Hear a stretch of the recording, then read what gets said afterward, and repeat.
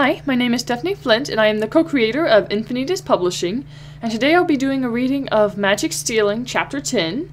Other than that, I don't really have a whole lot new to report, other than I've been making some progress on writing and editing The Shadow War, which is Book 2 of the Wishing Blade series, and of course, Isaac and I are working on getting battle decks ready to go to release very soon, so you should be hearing a release date for that soon.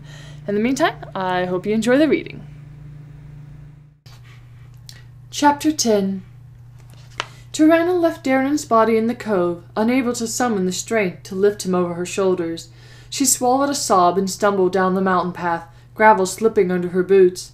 Starlight nibbled the grassy field below the cave. He raised his head as she staggered to his side. His tail flicked, as if to ask where Darren was.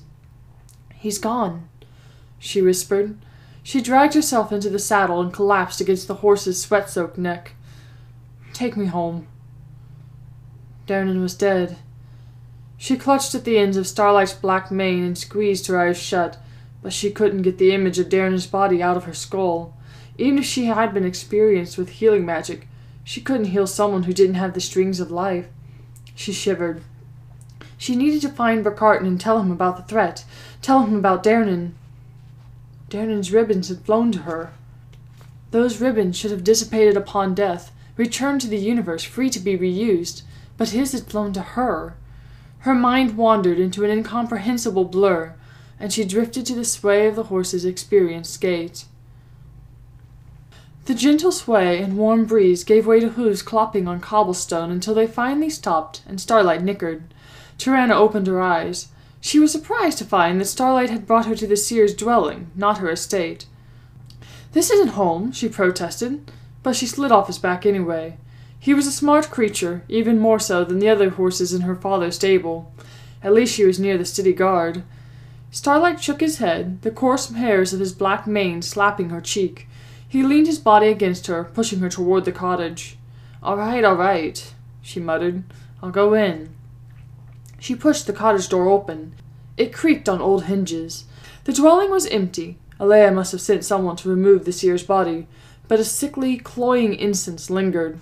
The late daylight came strong through the canvas-covered windows, and the jars and glasses were still, no remnants of magic.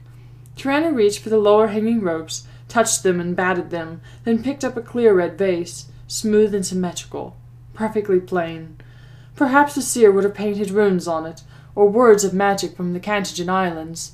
Seers did favor the islands with their literal magic, separate from the ribbons of Tirana's world. She traced the curve of the vase. Had the islands lost their magic, too? A flash of light blazed behind her, and thunder rattled the glasses on their crooked shelves.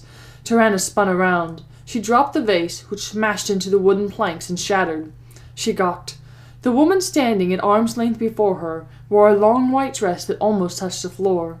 Her near-white hair drifted below her waist and shimmered in her radiance. Her eyes were silvery violet, like many of the Chiron deities, and her gentle face offered nothing but benevolence.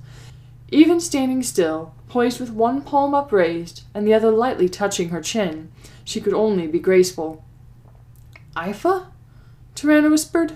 The back of her mind reminded her that she should bow or curtsy, but she remained stock-still. "Now, is that the best you can say?" The goddess chuckled, a sound like polished, tinkling glass. Tirana stammered, but couldn't manage a coherent word. The gods only ever visited heroes in temples, or granted their visions to priestesses who gave them their worshippers' offerings. Not since Shoal became the head of the gods had immortals given their physical presence to commoners. Though the stealing of magic seemed a pretty good reason to return. "Tongue-tied already? A shame. Modern teachings hardly do us justice." Ifa glided across the room, selected a chair from the wall, and then sat with her hands perched on her knees. "No matter. Since I know how you fare, I shall not ask. Please, have a seat." She gestured to the satin cushion on the floor. Tirana twisted her lips and sat. Of course the goddess got the chair. Rightfully so, but still. The gods liked toying with mortals, and because of that habit, Darren was dead. She considered taking the hard floor instead of the flat, misshapen cushion to show Ifa what she thought of her, but she didn't want to spite the goddess. Not yet. She coerced the cushion into something mildly comfortable, then eyed the goddess suspiciously. "Why are you here?" "Ah, yes, that. The boy was not meant to die. I granted you a touch of my magic because we wanted you to foil Asana's plans, not play into his hand. She pouted, and Tirana fought the urge to smack the smirk off Ifa's face. Then she paused. Dear Shawl, had Ifa said Asana was behind this? Her cold chill rushed through her body, sending goosebumps along her arms and neck. Asana was a trickster god. If he was involved, she wanted nothing to do with this. After an electric silence, the goddess spoke. Anyway, my mere demi-mortal, I granted you and Danon some of my power during your flight at the festival. A half-hearted performance on your part, by the way. Of course, you now have Darnon's power. Because Danon is dead. Tirana squeezed her fist tight. If you didn't want Danon dead, why in Shoal's name did you give him magic? Of course he would go running into danger. What did you expect? If you're so powerful, why'd you let him die? A tear ran down her cheek, and she clenched her jaw. She couldn't give the goddess the satisfaction of seeing her cry. Ifa rolled her eyes. Such a harsh tongue. Tut. Dear, I'm the goddess of relationships, not all-powerful. But if you don't mind your manners, you'll find yourself mute. Tirana swallowed hard. She'd heard tales of citizens who had crossed the gods in older times, citizens who found their love lives broken or their abilities to communicate impossible. Point taken. She closed her eyes, willing the tears to go away. Stupid goddess. I'm sorry. Ifa raised her chin. No, you're not. You're frightened. Tirana forced her scowl into a smile and licked her lips. What do you want with me, your graciousness? Better, if it weren't tainted with such vinegar. Lord Carfresh Minsterteal, the mage who is currently acting as Asana's puppet, ruled the death of Danon with the power of his sword, the wishing blade. Asana clearly has no originality, and now has nearly enough power to match the lower tier of us gods.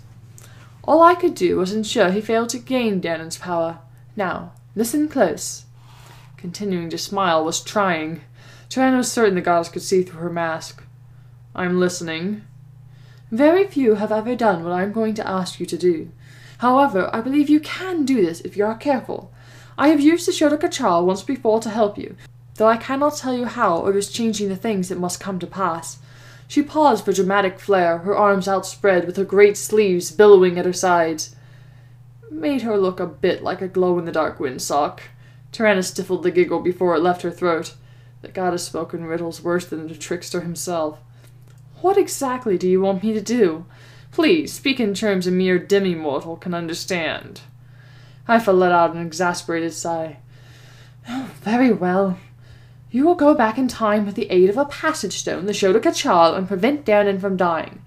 Afterward, you and a living Danon can then set course to stop Carfresh from taking over Kana with his horde of pesky shadows. We need both of you to stop Asana. Better? How exactly do you propose I go back in time? Tirana demanded, not ready to hope that the goddess was actually right. Ifa tossed her hand flippantly and sashayed to the back wall. There, she picked up the glassy object that had caught Tirana's attention the day before. I believe you recognize this. The goddess held the hefty bundle in one hand, as if it were no more than a plate of steaming cinnamon buns. Tirana nodded. Good. Then I will open the portal and hold it stable until you have completed your mission. If you fail, we might both die and throw the balance of Kana into the hands of the trickster. Ifa raised her chin, trembling, all trace of smugness erased from her face. Tirana blinked. You're sure I can do this? I am certain. Besides, all bets are on you. Ifa sighed. The higher ones do love their wages. If only they understood the danger. Tirana snorted. There it was. The gods and their games. She stood and dusted her breeches. Let's get this over with. If they had a chance to save Danon, she had to try. Ifa puffed out her chest with pride. Good child. Let us begin the preparations. Tirana winced. She was 17 years old, hardly a child. But an immortal lived forever, provided they were not killed by blade or disease, so perhaps she was a child in the eyes of the goddess. She just didn't feel like one.